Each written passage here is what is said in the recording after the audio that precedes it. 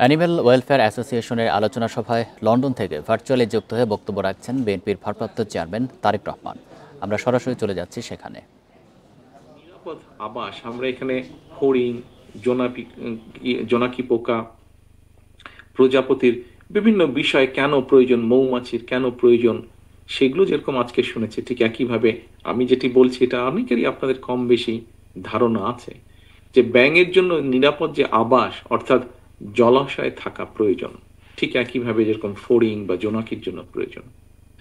এভাবেই কিন্তু মানব সমাজের নিরাপত্তার স্বার্থেই কিন্তু প্রতিটা প্রাণের নিরাপত্তায় প্রয়োজনীয় উদ্যোগ গ্রহণ জরুরি আমাদের। মানুষের অধিকার প্রতিষ্ঠার জন্য যেমন গণতন্ত্রের চর্চা বা সুরক্ষার প্রয়োজন, ঠিক একইভাবে কিন্তু প্রাণীর অধিকার নিশ্চিত করার জন্য বাস্তবতন্ত্রের সুরক্ষা প্রয়োজন। সম্মানিত অতিথিবৃন্দ, সম্মানিত আয়োজকবৃন্দ, international union for conservation of nature and natural resource অর্থাৎ আন্তর্জাতিক প্রকৃতি বা প্রাকৃতিক সম্পদ সংরক্ষণ সংঘের একটি সংস্থা আছে। একজন বক্তা ওনার বক্তব্যে এই বিষয়টা বলে গেছেন, তারপরে আমি রিপিট করছি যে প্রায় ১ দশক আগে তাদের যে রিপোর্ট আছে সেই রিপোর্টে বলা হয়েছে যে এই দেশে ১৬০০-র বেশি প্রজাতি প্রাণী রয়েছে। এই ১৬০০-র ভিতরে প্রায় ৩০০, আমার কাছে আমি যতটুকু জানি, উনি প্রফেসর সাহেব হয়তো আরো একটু কারেক্ট বলতে পারবেন, এর মধ্যে প্রায় ৩৯০টি প্রজাতি কিন্তু বিলুপ্তির মুখে চলে গিয়েছে। এবং এটা শুধু বাংলাদেশেই নয়, বিশ্বের আরো অনেক দেশেই কিন্তু মানুষের সৃষ্টি পরিস্থিতির কারণে অনেক প্রজাতির অস্তিত্ব হুমকির সম্মুখীন আজকে।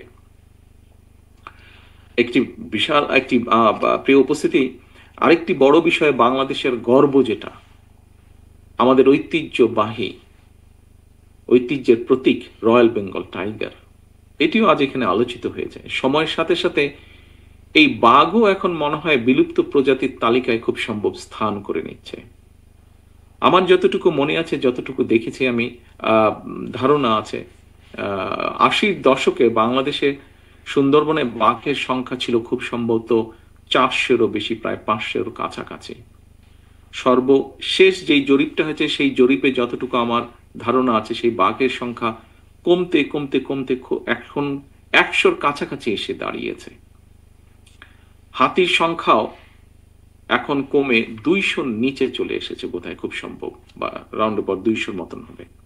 ঠিক এইভাবে বাংলাদেশের আরো অনেক প্রাণী কিন্তু ধীরে ধীরে যুক্ত হচ্ছে এই বিলুপ্ত প্রজাতির তালিকায়। জনসংখ্যা বৃদ্ধি, জলবায়ুর পরিবর্তন, আনপ্ল্যান্ড নগরায়ন, নদী জলভূমি ভরাট, বন উজাড় সহ নানা কারণে, যেগুলো এর ভিতরেই আলোচকবৃন্দ আলোচনা করেছেন। অ্যানিম্যাল ওয়েলফেয়ার অ্যাসোসিয়েশনের আলোচনা সভায় বক্তব্য রাখছিলেন তারেক রহমান। আমরা সরাসরি সেখানে ছিলাম।